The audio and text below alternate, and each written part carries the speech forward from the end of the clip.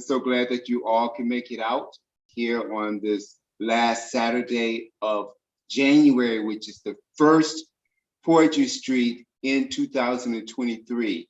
As I was speaking earlier with someone, that 2022 was really rough and tough for me anyway. I don't know about for you, but we're so happy that we're all here, and we're happy that you're all here or all there in your own homes for Poetry Street. Poetry Street is the room without a roof where every voice is heard.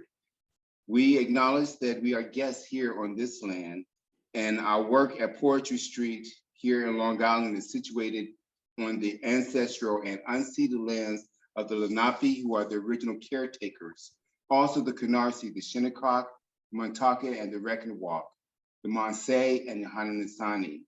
And we acknowledge the elders, both past, present, and future elders, and the many indigenous people who live on this land and continue to make ongoing contributions.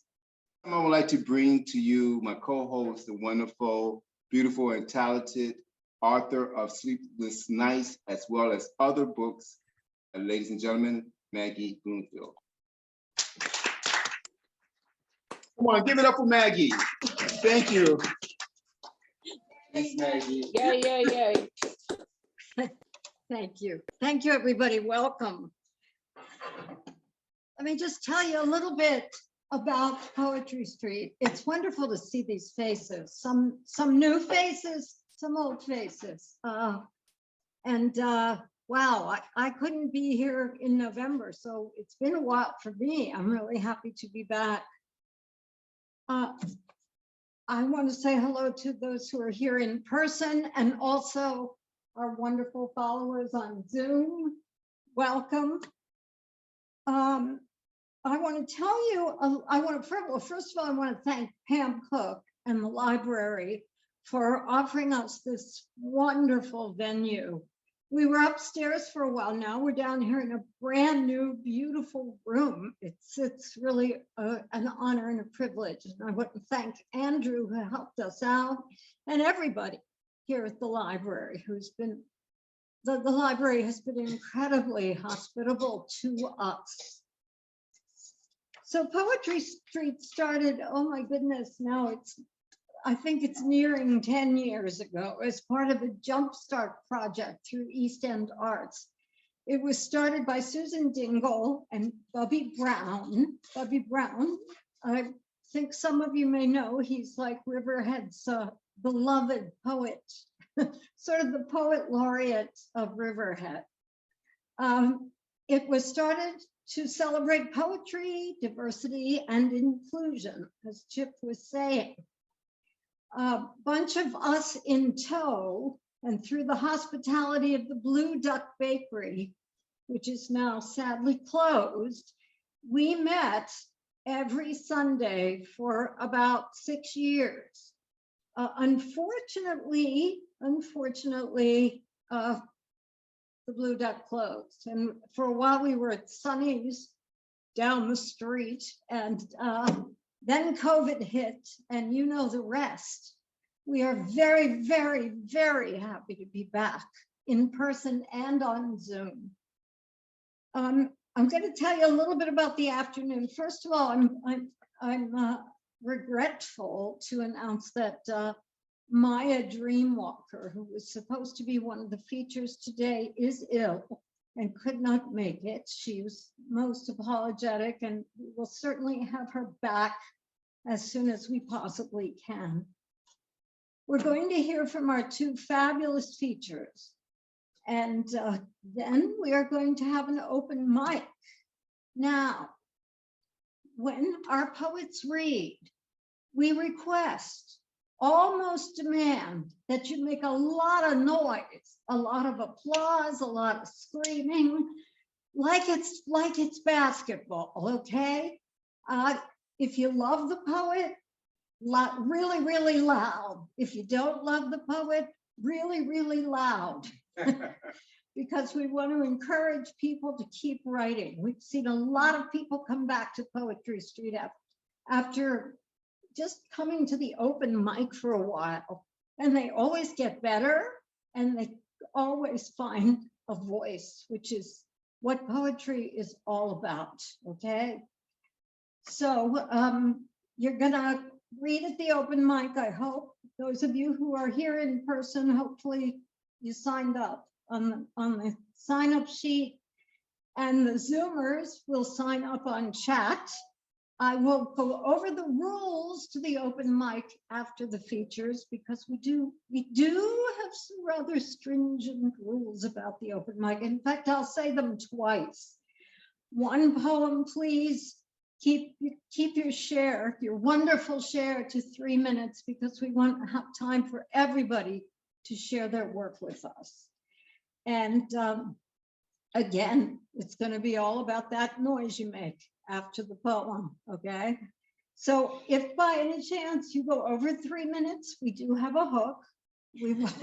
We will take you away and lock you in the bathroom. So anyway, here we are, and we have these wonderful features today. First up, oh my God, everybody knows this woman. She helped us so much with Poetry Street, has continued to help us so much with Poetry Street. She's kind of the mother of Poetry Street at this point, or one of, I guess, us. And her poems are published and anthologized on Long Island and way beyond. She was named the Walt Whitman Birthplace Poet of the Year in 2010 and was chosen as the Poet Laureate of Suffolk County from 2017 to 2019.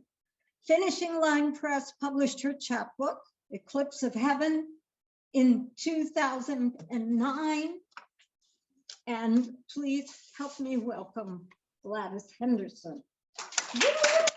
Thank you for coming to hear us today, and many thanks to Chip Williford and Maggie Bloomfield and Claire Marie Lundberg for making this event possible and for hosting it.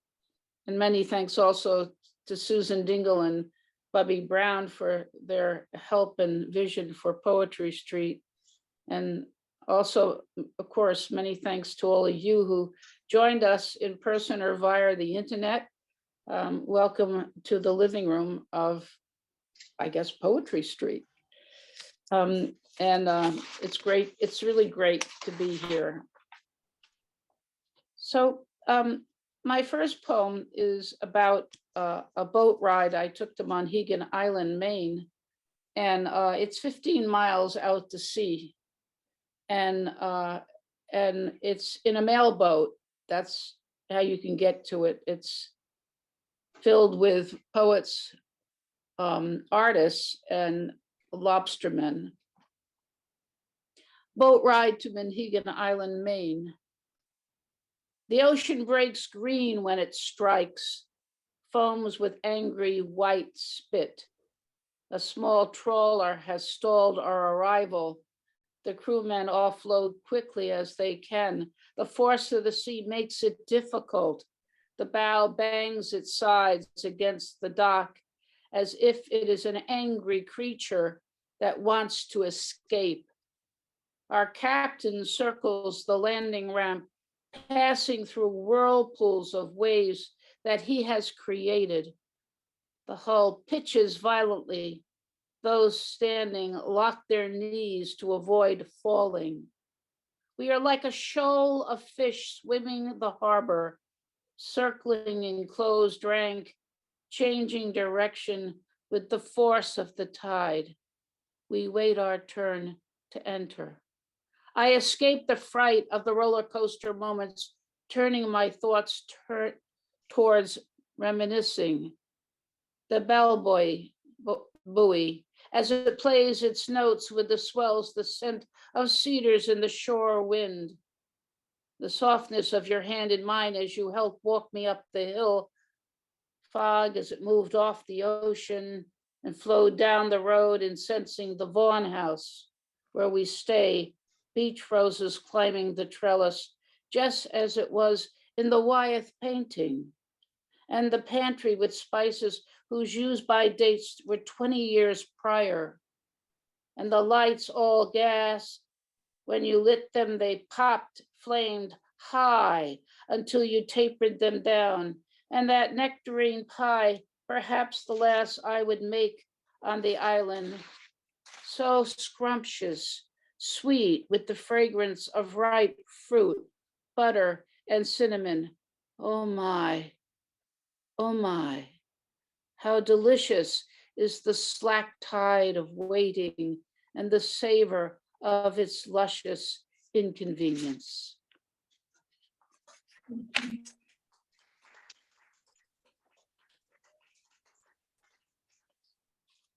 Passageway. 1. Golden candlesticks gleam in the afternoon light. Their tapers flicker like souls in need of consolation.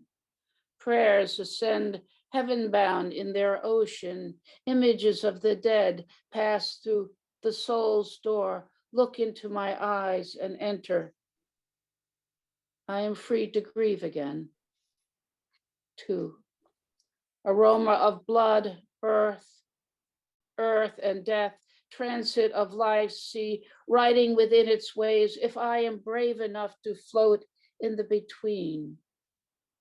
In the streams of suffering and joy, I will hear your voice without your speaking.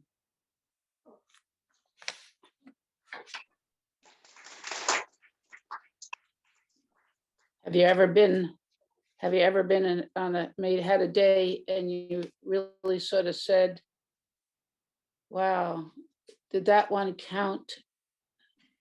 Anyway, this poem is called Today. Today, nothing changes the arc of light. It moves as it must, falls behind us, used well or not.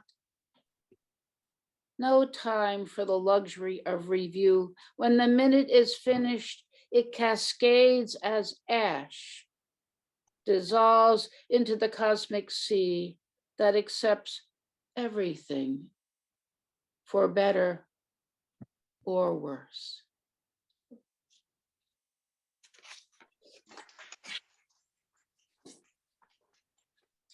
Well, my brother was a soldier in the Korean War, and he saw combat. He was a crew chief on an airplane. And there are damages that one can get from being in the military that don't have to do with bombs or bullets or mines. And this is a poem about visiting my brother. And I'm the age of 12, and he was many years my senior. Visiting my brother. After the war, that long year at St. Albans Hospital, weekly trips on Sunday, after church, after the Chinese restaurant and the Mugu Gai Pan, which reeked of garlic, the three of us would ride in Dad's business car, the one he wasn't to use for anything but business. And we would cross over the Throgs Neck Bridge, making our way to Queens. I was 12, prone to car sickness, but every Sunday we drove for 2 hours towards the city with its traffic jams and horns. We knew we had arrived when we passed the statue of the Marines struggling to raise the fallen American flag, all of them reaching with outstretched arms as I imagined I would when I saw you. But that year, I wasn't permitted to enter your room, had to wait in the visitor's lounge. Tuberculosis, your diagnosis, couldn't take a chance, they said, not with my being so young. It was the year before I saw you, walking towards the glass partition, waving at me, Mom and Dad at your side, your thin, white-faced body, half the size you left home with, and I reached for you, my arms outstretched like those Marines, wanting to right the wrong that had fallen on you, wanting to touch you, my brother, to hold you up, whose wounds were made by malady, not mines, bombs, or bullets, but by a surgeon's knife who cut a half-moon scar on your back, a flag under whose country you would live the rest of your life.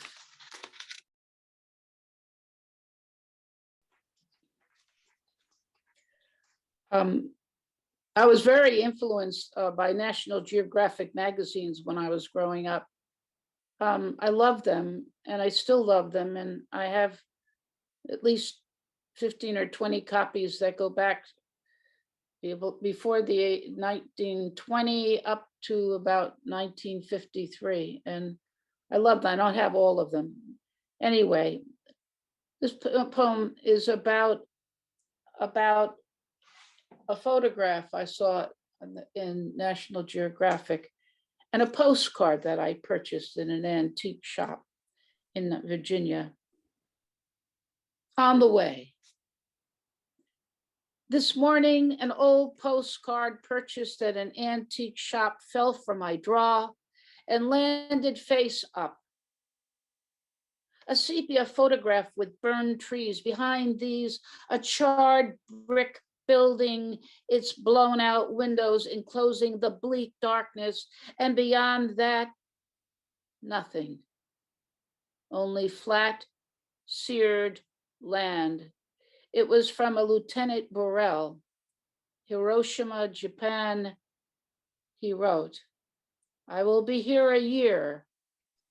Merry Christmas to all.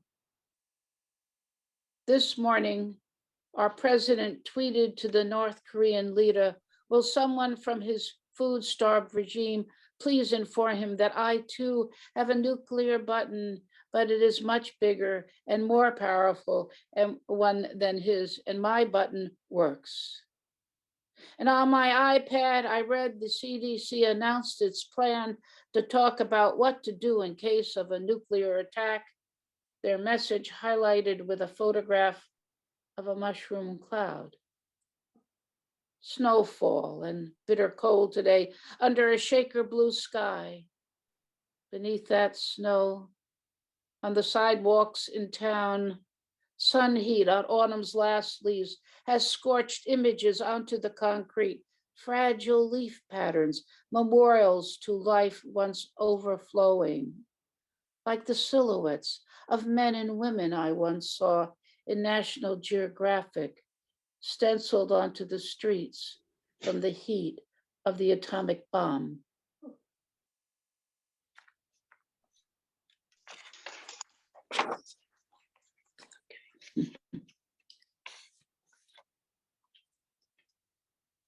You know, sometimes you think you'll never make it through the night, but you make it because of just your own sheer intent and the blessings that come to us sometimes unannounced or announced. Waiting out the night, one. From across the lake, a loon's call, one whose measures cut into my futile sleep. A welcome guest this evening as my lover soars away in deep slumber and I'm left alone to face the midnight arcade, its bolt thrown open by searing pain, its transmuted outpouring swimming to the surface, waiting to be caught in the trap nets of my mind's theater. Its skillful web trolls deep into the stratum of my history, leaves nothing unearthed. Haunting images tremor my body, seize all vestiges of peace. Two, whose faces are these that stare up at me in brutal contempt or surprise? The long line of those who wished more from me than they received? They swim with me across the ciborium of night. Their faces taunt me with their regrets. Perhaps another reincarnation will provide the landscape to repair my failures, erase the ghosts that walk with me now. Three, no.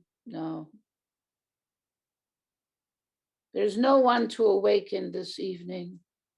No one wishes to see my wounded palms or broken body, or to hear me recite the names of those excoriated my innocence, rented my hope of salvation to someone who didn't even want it to begin with. I wait for the pain to leave, for sleep to break the cycle. Again, the loon calls. His refrains mend my isolation. At last, I fall free and rise with his songs into healing sleep. Thank you. I have one more, and that will be the end of this reading. In the quiet, fishermen load their skiffs, take off into the early rise of morning, engines breaking the silence, bows separating the mists, only to have it close again in their wakes, the warm lake and cold autumn air in concert. September and the lake has begun its slow turn towards winter, months having fallen away, its shoulders now rich with yellows and reds, swamp maple and birch leading the march of time's uncontested patterns. The first leaves have started to give way. Even the windless air, they twist and glide, some cascading, others throwing themselves to the ground as if in a rush to finish. This morning, I tried to decipher the sound as they scuffle across the porch floor or land on the ground near my feet. Perhaps it's a grandmother's kiss, a quiet press of lips on a child's soft cheek, or a mouse that has found his way to our forbidden treats and crackled his way to pleasure, or perhaps it is the memory of summer's desires fallen from the trees where feet might find them again and remember. Thank you.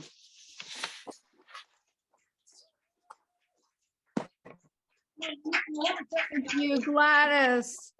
What a blessing you are, dear friend. Oh, let's hear it. Amen. Amen. Thank you. For Gladys Henderson. What beautiful, beautiful poetry. Gorgeous. Gorgeous. It's such an honor to have you here. Thank you. Amen. so Amen. much. Thank you. Thank you, Gladys. And My honor. And if the My honor. if the open mic ends at a reasonable time, we will have the features back for an encore. Our next feature, Robert Savino, was the Suffolk County Poet Laureate from 2015 to 2017. He's a native Long Island poet. He's widely punished. He's also he's been haven't we all widely published and winner of the 2008 Oberon Poetry Prize, which happens to be a really wonderful journal here on the island. He is co-author of 2 bilingual collections of Italian-American poets, No Distance Between Us.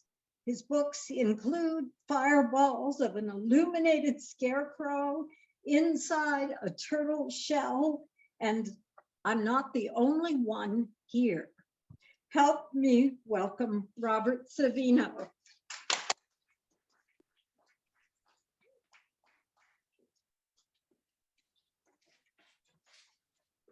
Well, thank you, Maggie. Thank you, Chip. Gladys, wonderful. Wonderful to hear your poetry. Wonderful to see you again, even if it's electronically.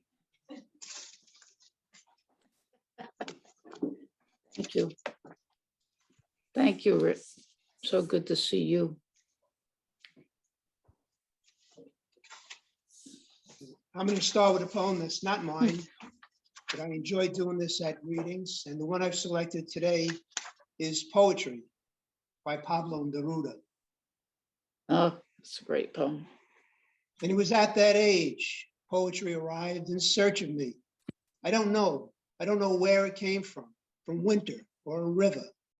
No, there were no voices. There were not words nor silence, but from the street I was summoned, from the branches of night, abruptly from the others, among violent flyers or returning alone. There I was, without a face, and it touched me. I did not know what to say. My mouth had no way with names. My eyes were blind, and something started in my soul. Fever or forgotten wings. And I made my own way, deciphering that fire. And I wrote the first faint line, faint, without substance, pure nonsense, pure wisdom of someone who knows nothing. And suddenly I saw the heavens unfasten and open, planets palpitating, plantations, shadow perforated, riddled with arrows, fire and flowers, the winding night, the universe, and I, infinitesimal being, drunk with a great starry void, likeness, image of mystery, felt myself a pure part of the abyss. I wheeled with the stars, my heart broke loose with the wind. Pablo Neruda. I'm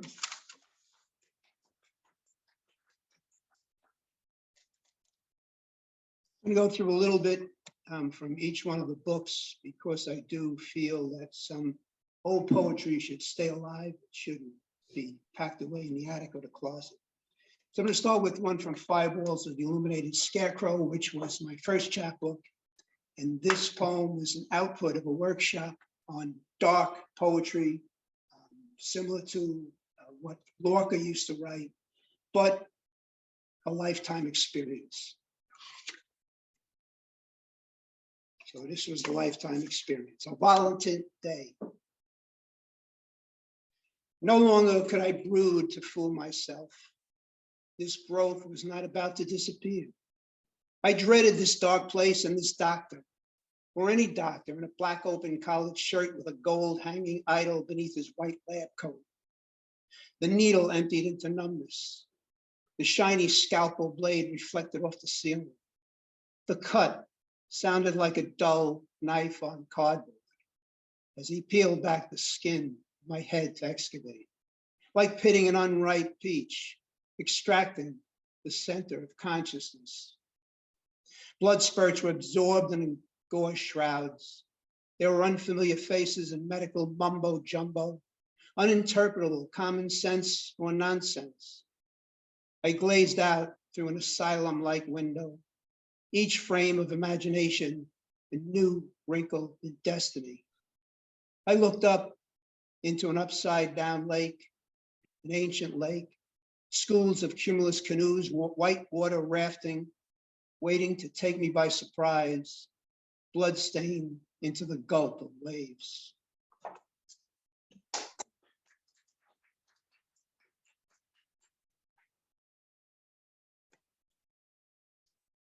The next couple is going to be from Inside a Turtle Shell, the collection. And this one, not the best message, but not as dark as that. Rhyme or reason.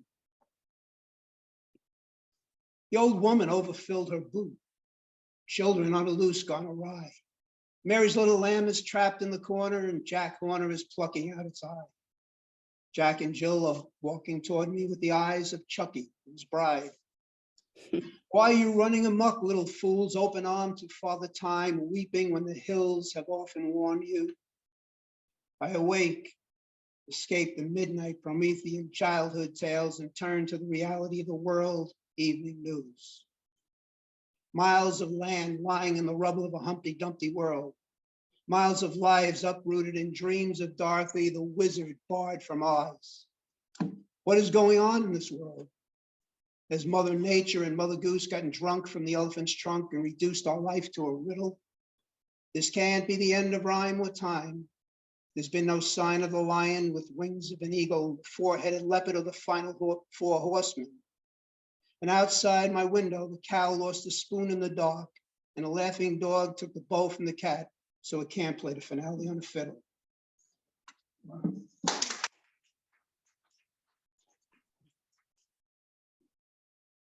Shortcut through the storm. There were too few roads. There were too many motorists. My choice was longer in distance, but far less traveled.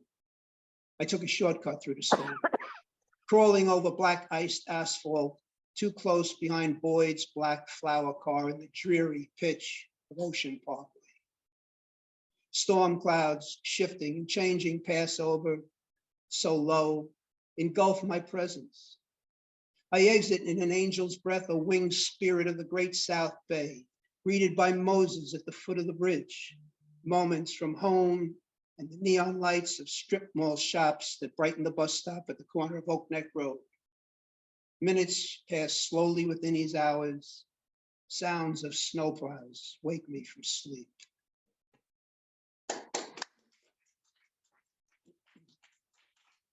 So the last one I'll read from this book is a baseball poem. I still play in the over 70s league.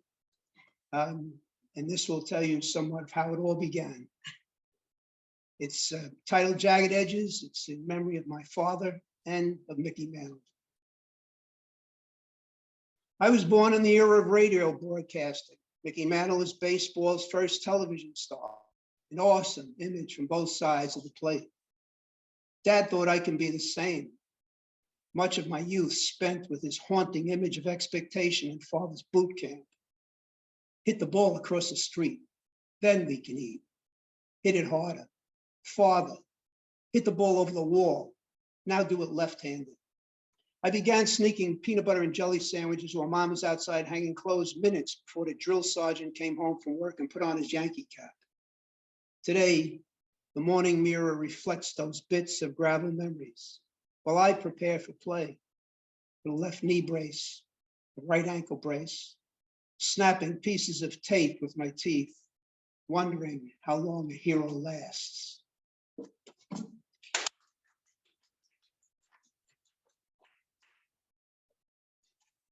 And one from this small little chapbook I just finished, it's just a handful of nature poems.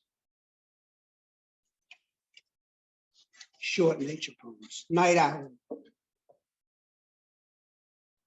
In the silence of songbirds, I wait for the face of the white moon in the wind drift of gray clouds. I wait for the owl to speak, its yellow eyes to glow beneath blinks of treasured wisdom, face to face, teacher to student, windows of enlightenment open. I'm cowled but determined not to look elsewhere before the power of night escapes into the bark of passing dogs.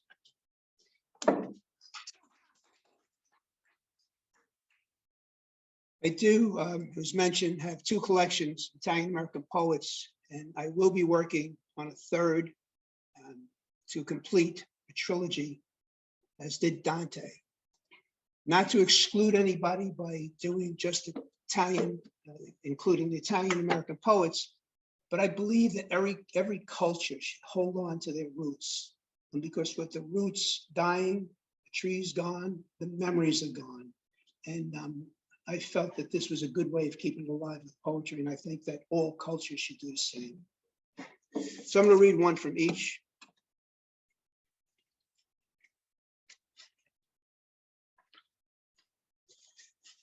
This one is titled Ancestral Roots. Family and food pour into the foundation to crystallize a culture and fill pages of history. I wasn't born amongst the pastoral shepherds in the green heart of the Mediterranean. I was born a young prince in the borough of Queens, the eldest of a younger generation, growing up within a family hamlet of cousins, aunts, and uncles, some with no relation by blood. I still eat pepper and egg heroes the same as I once brought to Friday field trips while classmates ate PB&J spread on Wonder Bread. I still drink wine from the same grapes as our backyard vine, season everything with hot peppers. How much are we so alike? So much I've become you. I often stretch upward, scan the width of the world, imagine the ceiling illuminated with the light of your wisdom. I'm the oldest tree still standing. Our roots spread across this new soil of plenty, with many who share the same recipe for love.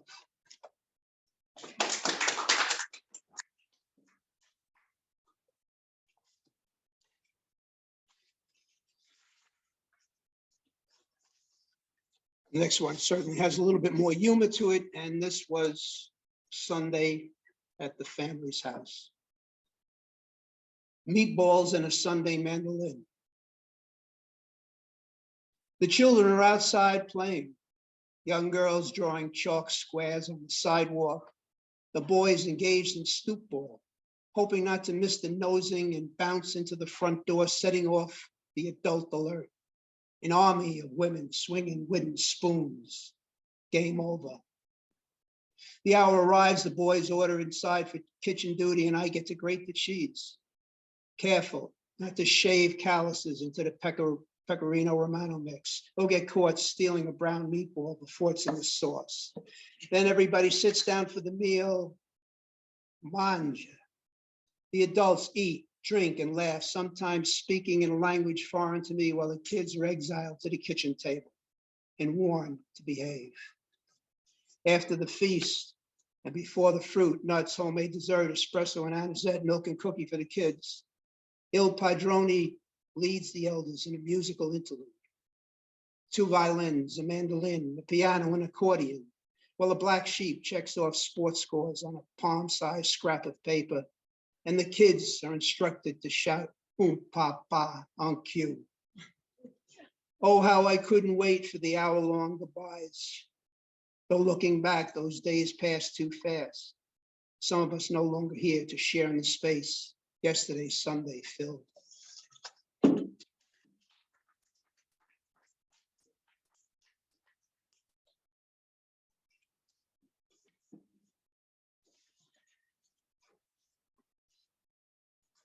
Lifelines. No one knows what to do when there's nothing to do, while chores grow moss with no way to know what to anticipate other than dust. One isolated day became a seller's best lost treasure-filled chest. Baseball bats and well-worn team hats, stuffed animal prizes from Adventureland, Alessandra's rhyming alphabet book, Grandma's china from who knows when, and oh, a collection of world atlases, connected map lines separated only by page breaks, travel trails highlighted in yellow, then stopped like time grew tired of waiting. And I stopped to think of the body searching for hidden treasures of the brain, try to dust off the past, folds of days, leaving creases. And how long can the heart keep pumping? How long before electronic impulses grow tired and fail to spark? And how long before the sun fails to rise, mindful of travels ahead?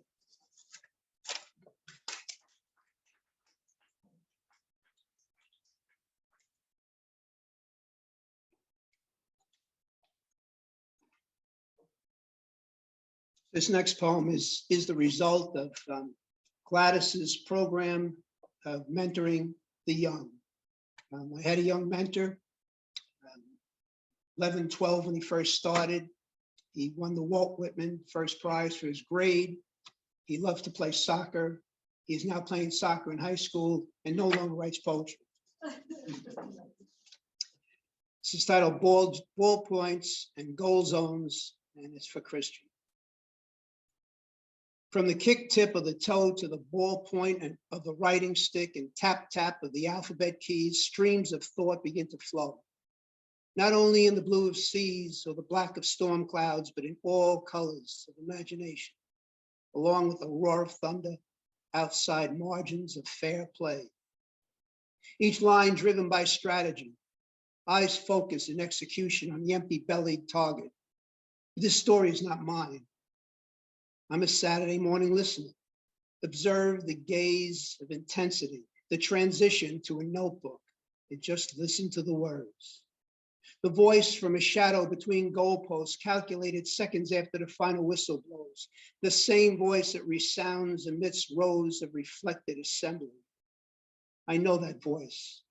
It's his. And for me, there's nothing more.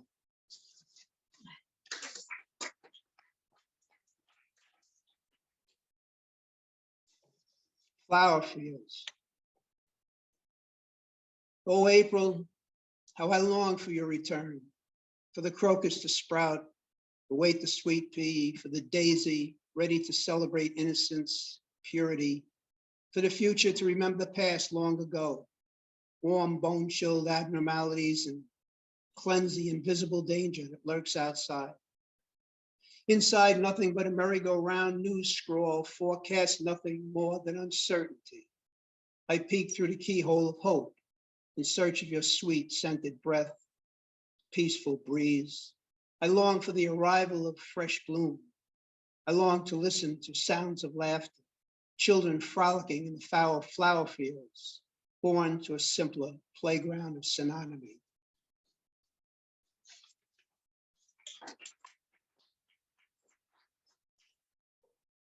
Two more. The soil of salvation. Sometimes I walk in shadows of the past, some place I know from storybooks, snakes and apple trees, fig leaves of beginning's end. I'd rather be somewhere else, anywhere else, offered forgiveness like the backyard garden. Creatures I don't know who don't know me gather around the statue of St. Francis peacefully, as if they can hear him preach to a flock of birds in the maple tree. The same place my wife kneels, whispers while clearing weeds between colorful bursts of bloom and seeding the soil. She turns to the Blessed Mother, radiant as the color of the sky, hands extended into the glow of sunshine, blessing this good earth with generations of growth, memories of those that once passed through and now take place in the flower bed halo of reverence.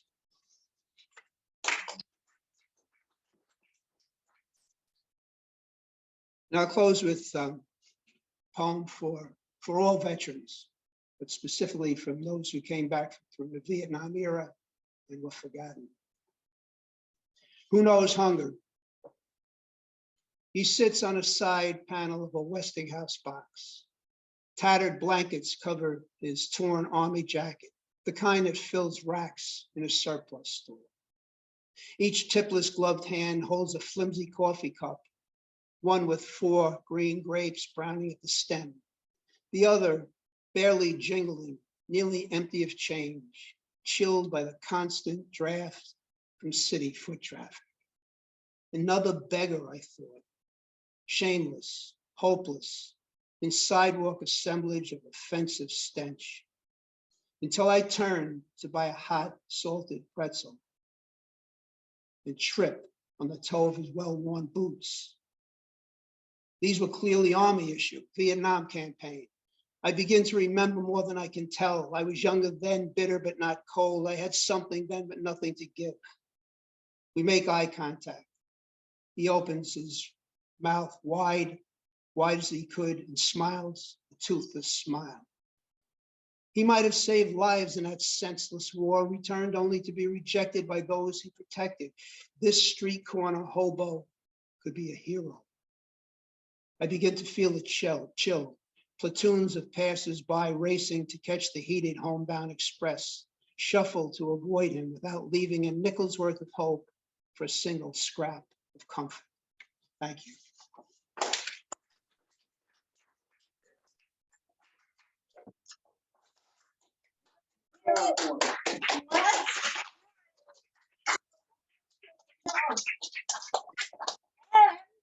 Let's hear it like it's basketball for both our wonderful features today.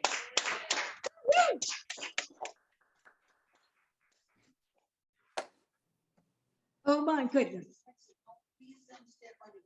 Oh, thank you. So our afternoon proceeds. We're going to go into the open mic. Chip is going to host that, I believe. Again, let me just go over the procedure, okay? Your poetry speaks for itself. We don't need a long introduction. You have 3 minutes, one medium-sized poem or 2 very short poems should do it. We love to hear you, but we have a lot of people on Zoom and we have quite a few people here who want to read. So let's go. These are always so much fun. Chip.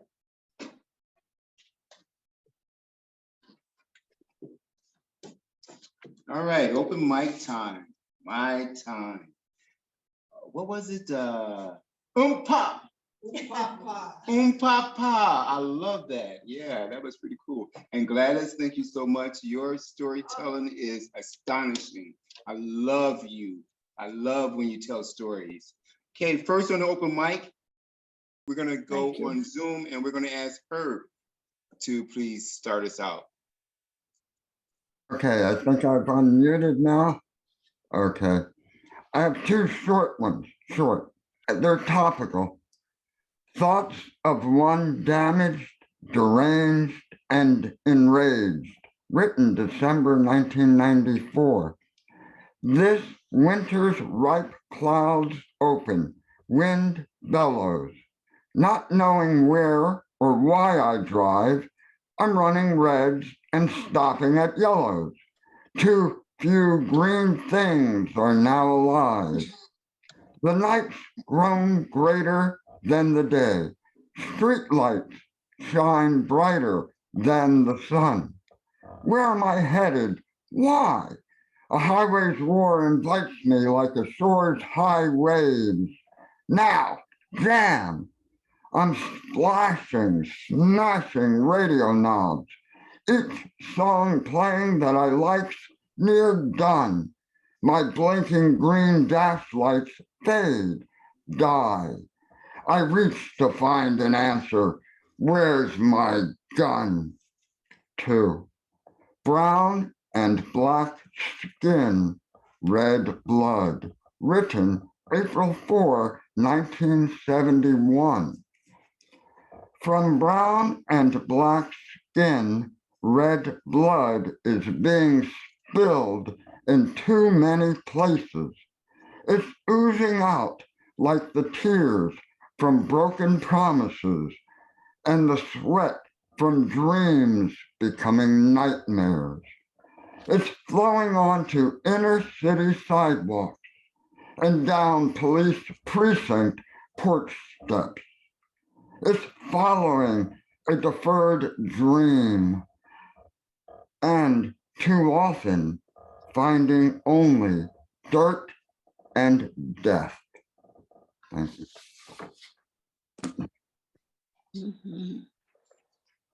So much, Herb. And now we want to go to Karen. Karen Schultz. Schultz, I'm sorry. Hi, everyone. I am going to read a poem that's entitled A Death in Ukraine, May 2022. It was shocking to view, even though it was hard to turn away. That picture of a dead woman fallen near her kitchen table, one gloved hand held out, marionette strings attached to nothing, the other clenched by her side, her coat wrapped around, a shroud in the making, when all about her sepia shades of darkest gray, outlines of her life as she last lived it. Her coffee maker, boxes of tea, containers of food and spices, her body bathed in the photographer's radiant glow, the camera's flash capturing the futility of her death. In a place like any other, her home with its stove, countertop, cloth-covered table, sink full of dishes to be washed, a door's handle to an outside garden with its marigolds, cabbage, lettuce, squash, blood-laced trellis, bone marrow, heart, sinew, tissue, skin to lace up neatly in a bundle, its winding cloth placed in the ground, strewn with leaves and slender branches of willow, placed there with reverence this springtime when silence is a blessing. Thank you. Wow. Thank you very much. And now we're going to come here to the Riverhead Free Public Library. I'm going to ask Bill Batcher to please read for us. Bill Batcher is one of our staples here at Poetry Street. We appreciate him so very much. Ladies and gentlemen, Bill Batcher.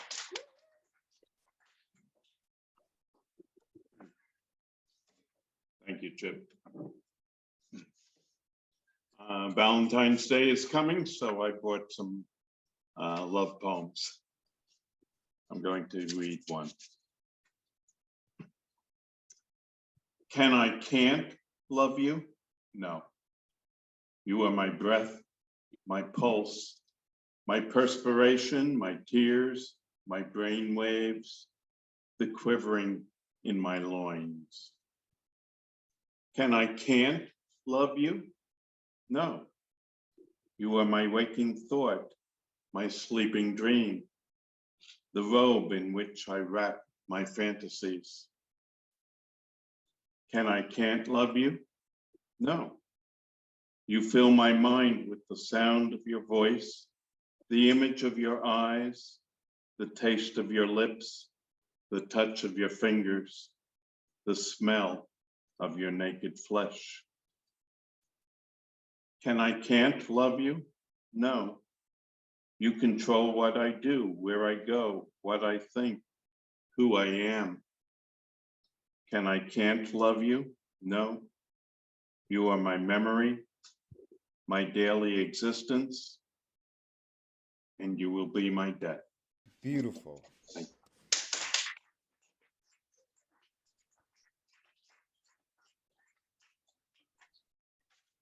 Wow, that was pretty deep, Bill. Thank you so much for that. I did a poem, it's called Salty Growls. A full plate of hunger pain fills my belly. Salty growls, snapping fast, eats all desire. Placed before me, lacking substance, an outdated menu, nourishing depression, leaving nothing else. Okay, that's it. All right, so we're going to keep it going here in the Riverhead Free Public Library. I'm going to ask Jen Sift to please come up and read. Jen. Now Jen came here for the first time like in November, and we're so happy to have her back. Jen.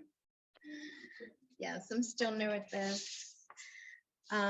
So this is kind, and I'm like way too short for this podium. So this is called Whose Story Is It? Stand up, speak closer to the And mic. it's closer. Oh, and I Yeah, was there going you to go. step back. Okay. Sorry. This is called Whose Story Is It? Shunned for telling my story because it was my father's, I went silent. It's my story because it's my life, because I've spent my life ruined. I read a memoir by a troubled woman, drugs, booze, sex, abortions, you know, name dropping the famous, their private details. I felt repulsed and angry at a woman because she told stories that were not hers to tell. I thought of myself and wondered if she repulsed me because she was me. I thought of myself and my stance that I had been silenced. I wondered, were they right? Did I tell my father's story out of turn? Is that why I dislike the celebrity memoirist? Suddenly, I suddenly understood my father. I had told his horror story. I had told his worst story. I spoke of him when I spoke my truth. Suddenly, I understood his response. I forgive him for silencing me.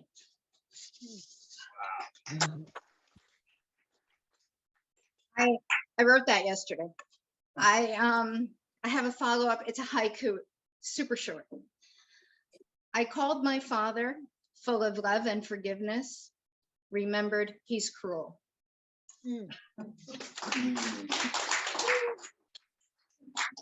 Awesome. Thank you so much. Now we want to go to Zoom land, and we're going to ask Dee Dee Spungen to please read.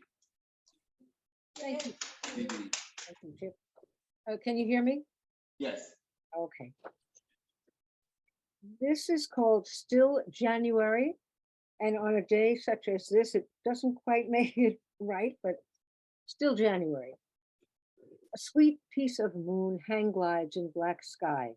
So cold, the stars have gone in for the night. Still January, I swallow diamonds, spit ice. I heat water, a cup of tea, my only weapon. And the calendar page waits for no one, spits the ice back at me. I dagger it with my eyes, knowing the secret of time. Nothing stands still. Thank you.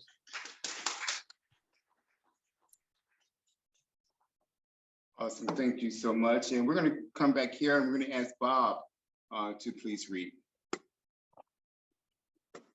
Still Bob? No, Bob is on Zoom. Bob, you're on Zoom. There you are in that little small window. Okay, ladies and gentlemen, Bob, where are you from? I'm out of the Patchogue area, and I was with Poetry Street many years ago, and they had some medical issues in the pandemic. So it's great to be back and see all the people.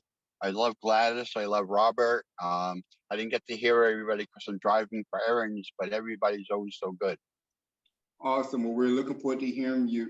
If you could just lower your camera so we can see your wonderful face and go ahead and tell us your poem. Thank you. Okay. I wrote this morning as best I could.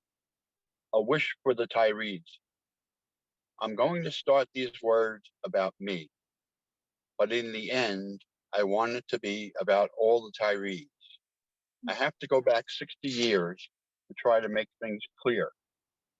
When I was 7, I thought my family moved us from the city to heaven. Fresh air, trees, green grass.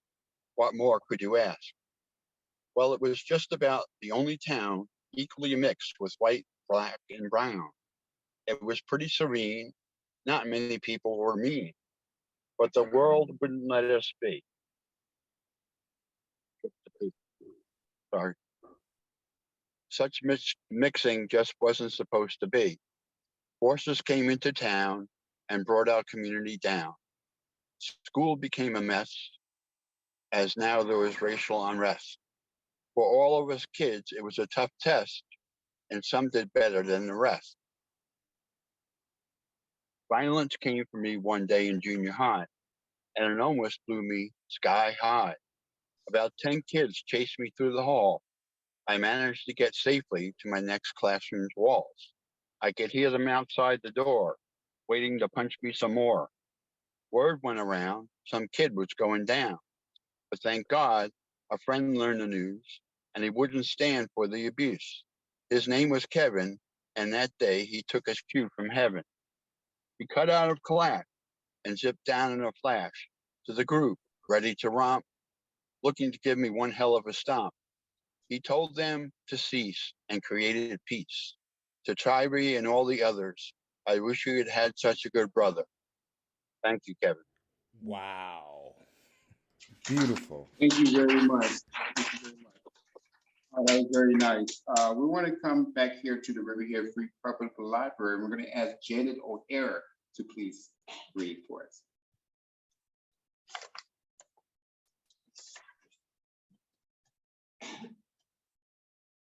Thanks, Chip. I did write this a couple of days ago myself, on the heels of the news of the massacre in California, people that were celebrating the Lunar New Year. So my name is Janet O'Hare, which plays into the poem a little bit. Does anybody know what the year is, the animal? The rabbit, okay, so now you understand. It's called lunar lapse. It's for you, Chip. Thank you. The year of the hare has forgotten its O, slow to a crawl, unable to see the finish line. A deep decline has eclipsed time and reason. Enjoyment arrives from a long discourse with an unknown listener. Thoughts unravel and regroup, bond together. Complete sentences are constructed. Clarity, honesty, and answers reward the process. The race has been called due to inclement brain activity. All retire to their original positions to relax and make merry. Refreshments have been set up along the course. The tortoise gets loaded and starts a conga line. We all go to sleep and somehow rise, not strong, but stable. Possibilities, not probabilities, push us forward as of now. Others matter more. Sing them along and become whole again. Thank you. That was so nice. Thank you so much, Janet, for that. And thank you. I really appreciate that. You know, Maggie Bloomfield is not underrated. She is celebrated, highly celebrated, and you're going to see why. Author of Sleepless Nights, Emmy Award-winning Maggie Bloomfield.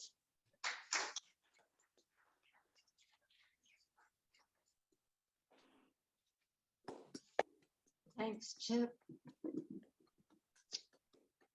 My poem is called Our Houses. I sit in meditation on the windy morning beach. The ocean curls, the inlet winks and shines with sunlight and the cheerful wake of small fishing vessels. I reflect on the millions of shell fragments that dot the sand, once part of an ill-fated mollusk's home, now scattered at random, maybe to be gathered up and crumbled for a necklace or a driveway. Who was it lived in there?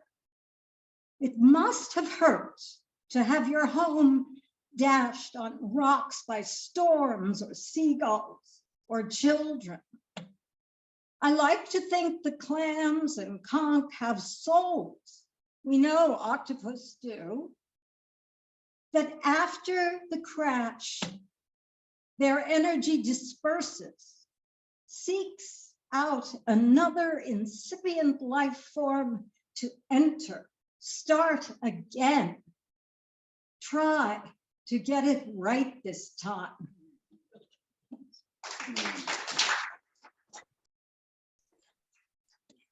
Hear it again for Maggie.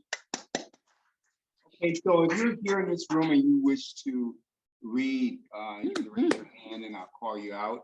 But I would like to go with Deborah Hauser. Now, Deborah Hauser is one of these people that do poetry events, and I'm going to ask Deborah to tell you all about her next poetry event. Also, which, well, I'll let her tell. You know, Deborah's going to be here next month, but she may have another one coming up also. Also busy on the island is Judy J.R. Turd, who's not here today, but she's working continuously for other poetry events as well as for Poetry Street and TA Nows. I just wanted to shout out to them. Deborah Hauser. Thank you, Chip and Maggie, and thank you to Gladys and Robert. That was a wonderful reading. I'm looking forward to being there in person next month. I host a monthly event at Jack Jack's Coffee House in Babylon for Babylon Village Arts Council. We have one or two features and an open mic the first Thursday of every month at 7, and we have one scheduled this coming Thursday the 2nd, and we're featuring Vinnie Colon. It is in person only, no Zoom option. Never admit your mistakes. I text my yoga teacher. I think I need to start medication.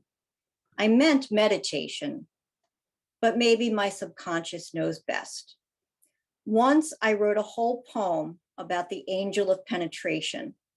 Rather than admit I made a mistake and meant angle of penetration. Either way, a virgin is ruined. I return a can of paint to the store because I just can't deal with any more pain. I mean paint. I mean pain. I keep shopping for pain I don't need. I have gallons of it stored in the basement, enough for a fresh coat every year. There's nothing worse than a dull coat of pain. I like to keep it bright and sharp. Whoa. Very good. Thank you so much, Deborah. Okay, our next poet is Nina Yabel. Nina is another mother of Poetry Street. We love her so very much. And we're so very happy to have her here at the Free Public Library. As she's making her way, I would like to show you something that she's gonna tell you about a little bit later. Nina Yabel, come on. Give it up, folks. Give it up for Nina Yabel.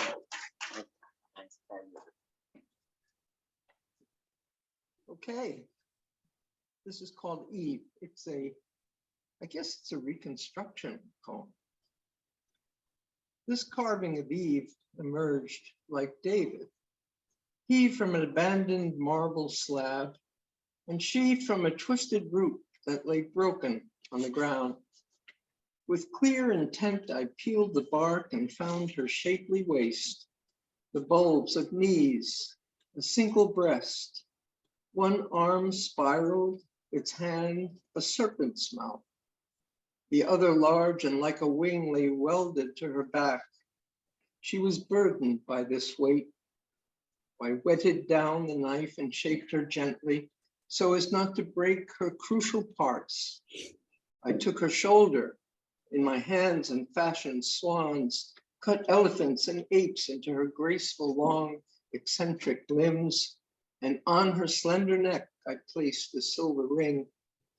Bought it years ago, but never worn. It held Diana's handsome features with turtle doves entwined. When I scraped the dust, a horned, embedded head stared up at me. Eve's stately form, unbalanced, could not stand. The tempter's weight was far too heavy on her wings. The tie was strong. I wound a wire above her ribs where he and she were joined and set her free. Now she sails above my bed at her own deliberate pace, the devil hoisted on her back, a knowing smile on her face. Wow. So this, I don't know if you can see her, but I wanted to bring her with me today. This is Eve. Thank you.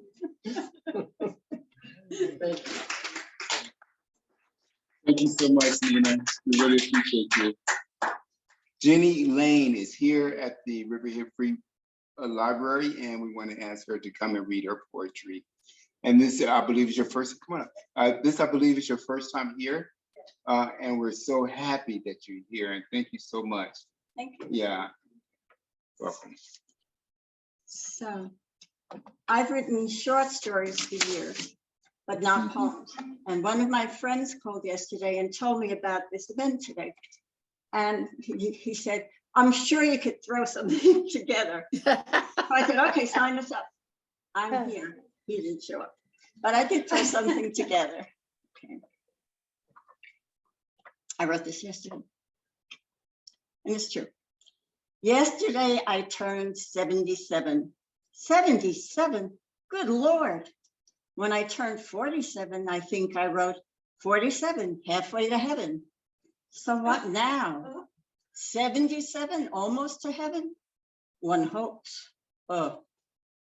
My daughter took me out for my 77th birthday dinner. She took a picture of me, my face like a shriveled, shrunken apple. Oh, Lord, who is that? There was my perfect Manhattan cocktail placed on the table between us.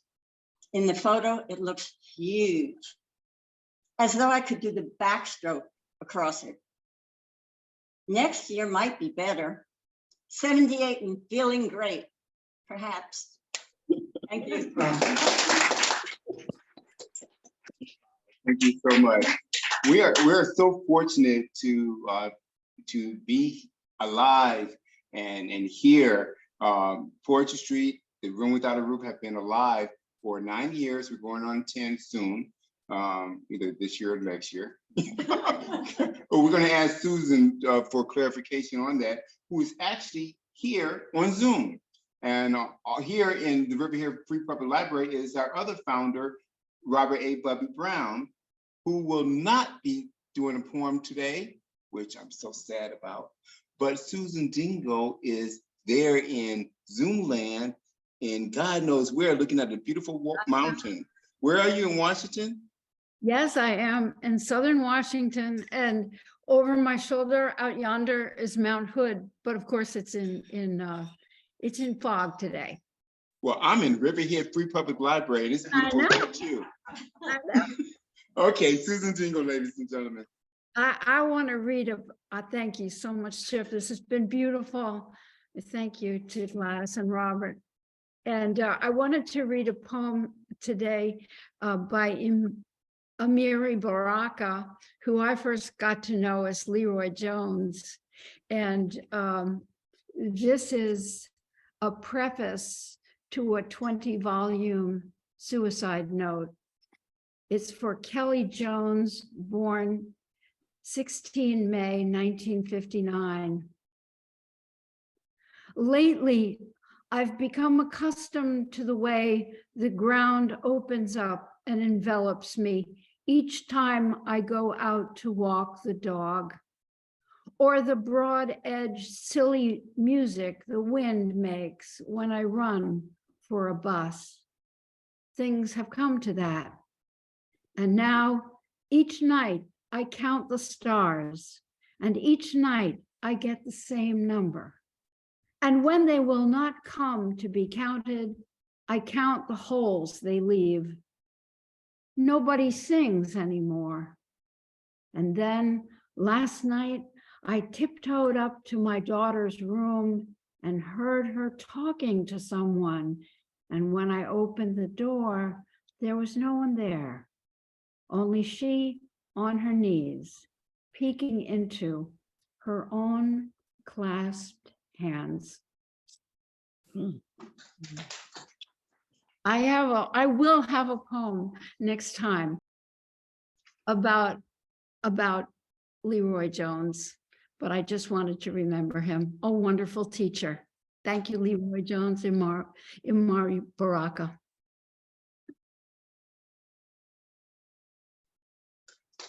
Thank you very much, Susan. Thank you so much. Thank you so much. Pamela to Jones. Hello, And can you Master hear of me? Peace. Okay. Yeah. Well, thank you, first of all, for having me again. The name of this poem is Bended Knee. O merciful grace of, that thou wouldst choose me. Pitiful wretch 'twas I, laying I on bended knee. O merciful grace of, that thou wouldst answer with me. Pitiful wretch, my words laying I on bended knee. O merciful grace of, that thou wouldst receiveth me. Pitiful wretch, my deserveth laying I on bended knee. Oh, this little light of mine, I'm gonna let it shine. Oh, this little light of mine, I'm gonna let it shine. This little light of mine, I'm gonna let it shine. Let it shine, let it shine, let it shine. Well, now everywhere I go, I'm gonna let it shine. Yes, now everywhere I go, I'm gonna let it shine, yeah, everywhere. Oh, oh, oh, I'm gonna let it shine, let it shine, let it shine, let it shine. Let me tell you something, especially in the dark. I'm gonna let it shine, well, especially in the darkness. I'm gonna let it shine, especially in the darkness. Oh, I'm gonna let it shine, let it shine, let it shine, let it shine, let it shine, let it shine.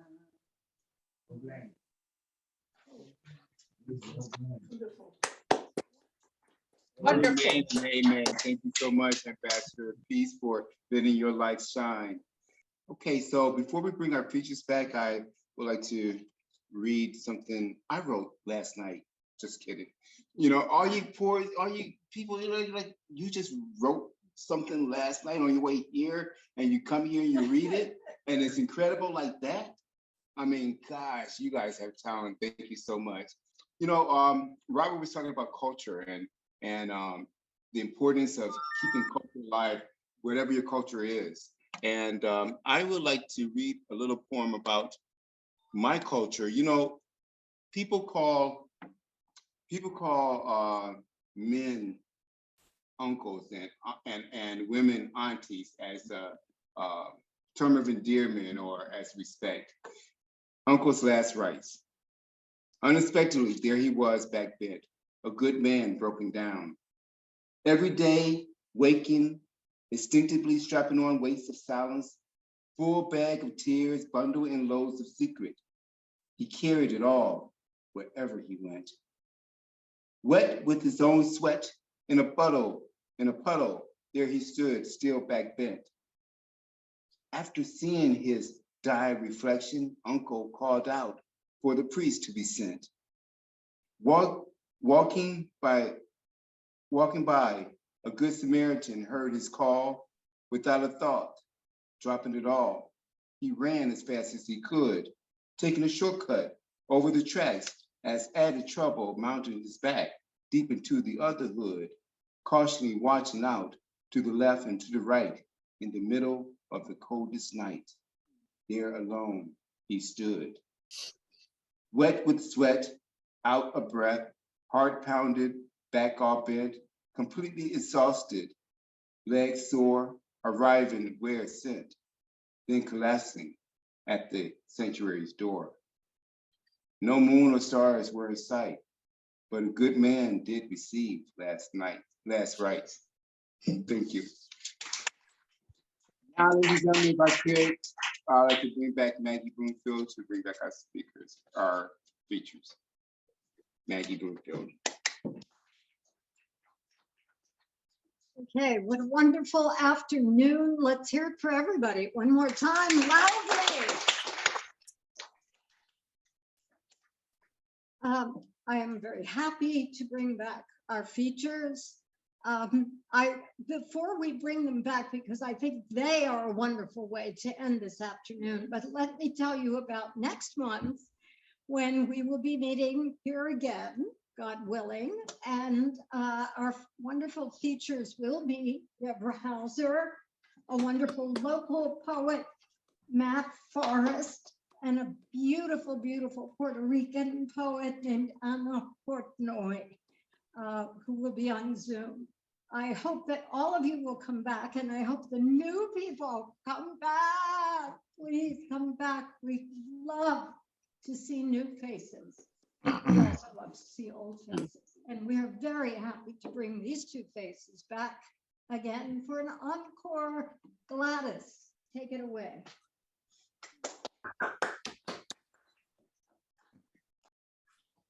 I guess I'm looking like it might be that my computer's starting to get antsy, and that being that I'm in the full screen, that I'm probably meant to read my last two poems. Yes, So, yes, please, Gladys, and we can hear you well. Thank you. So I shall do that. And thanks so much once again for inviting me. What a blessing this day is for me, and what a healing experience for me. All those poems that come over me washes me with healing and love, and amen. to that. So this poem that I'm going to read to you is a poem that's fictitious, but yet it's about a person whose world has been destroyed physically, and that he's the last survivor that has been launched out into a pod out into the world of Blackness. And this is a translation of his letter number 1. Alone, adrift, all of it gone, moon seed and wild matter, the white Cecily I put in my mother's hands, all of it gone, the ailanthus and the tamarack burning in extinction's mouth, seas and mountains on fire, a trillion miles of destruction. We were cast out into the sea of emptiness, only the stars for comfort. It smolders, vermilion fires light the heavens.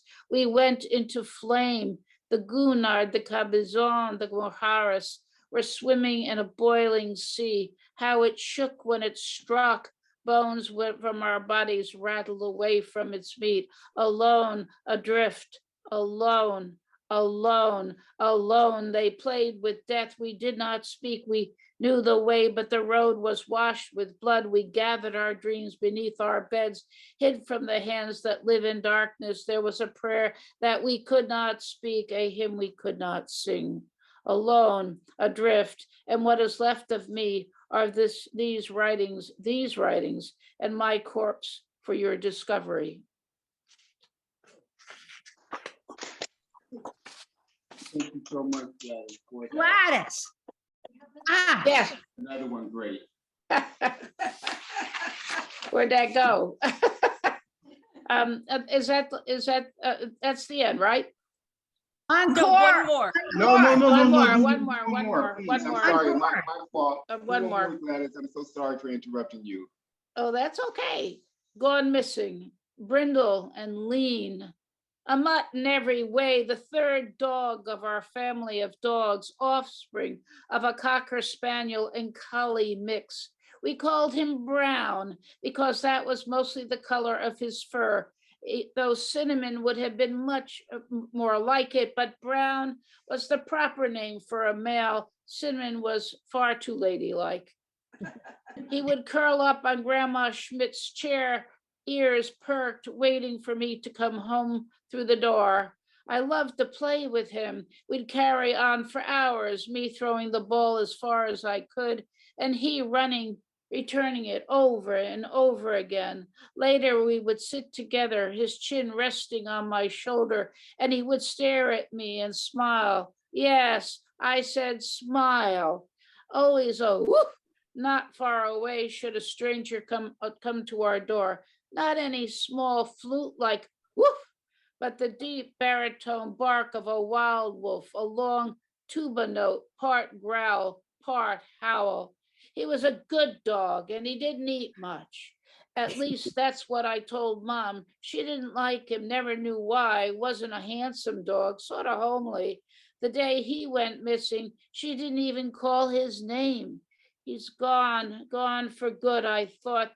Then 6 months later, walking with a limp rib cage like a harp, he walked up the front steps of our home and greeted me with a moan, a brief wag of his tail. I fed him. He didn't eat much, fell fast asleep, head resting on top of his food bowl. In his dreams, his feet raced. He howled as though running from a beast. It was a long, mournful howl, one that I've heard in the woods before when I had lost my way, and the crumbs I'd planned to follow back home were eaten by mice. And I thought there was no one who cared if I ever returned. Thank you. Gladys. Amen. Hallelujah. All right. You got any more there, Gladys? Thank you. Any more there, Gladys? Got one more? No, that's That's it? I think we're finito. We're finito. Well, thank you so much Yes, for sharing that, thank you. former boss sentiment. Thank you so much. And now, Robert Savino. I just want to thank you, Maggie. Thank you, Chip, for having me here. It's been quite a long while. In fact, I think the last time I was here was when I met Bubba. It's been great. Thank you all for coming out here and for all who joined us on Zoom. Title of this poem is Beth David. Beth David is a Jewish cemetery in the area where I grew up. Beth David. It's a resting place for more than 200,000 bodies. Established in 1917, including notable names like Herman Wouk, Joyce Brothers, Abe Vigoda. There are stones stacked with top-edged rock and some discarded onto a nearby path I walked as a shortcut to my friend's house. At night, I would notice shadows pass between trees and grounded moonlight. Imagine them to be spirits, a reminder I was a trespasser running to climb over the north end fence, away from the eerie mystery of afterlife. I would leave footprints in the soil or the snow, often thinking of lives I'm passing over and how I can restore their connection to loved ones. Then I babble those thoughts as if someone is listening, as if anyone had a voice, and if I can only be guided to whom those scattered stones belong.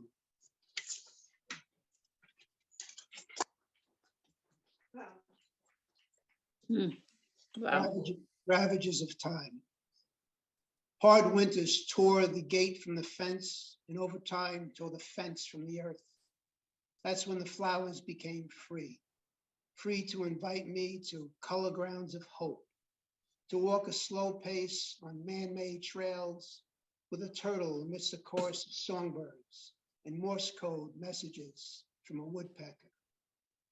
Stopping to rest on the low end of a rickety seesaw, a squirrel drops from a weak branch onto the high side, startles me out of a dazed state, as if it knew, as if they knew.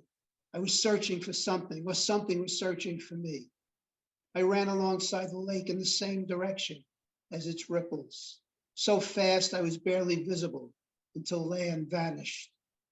Along the way, children chased after animals, the same animals found in my adventures. Pages of a book turning quickly, running out of winters for them and for me. Thank you.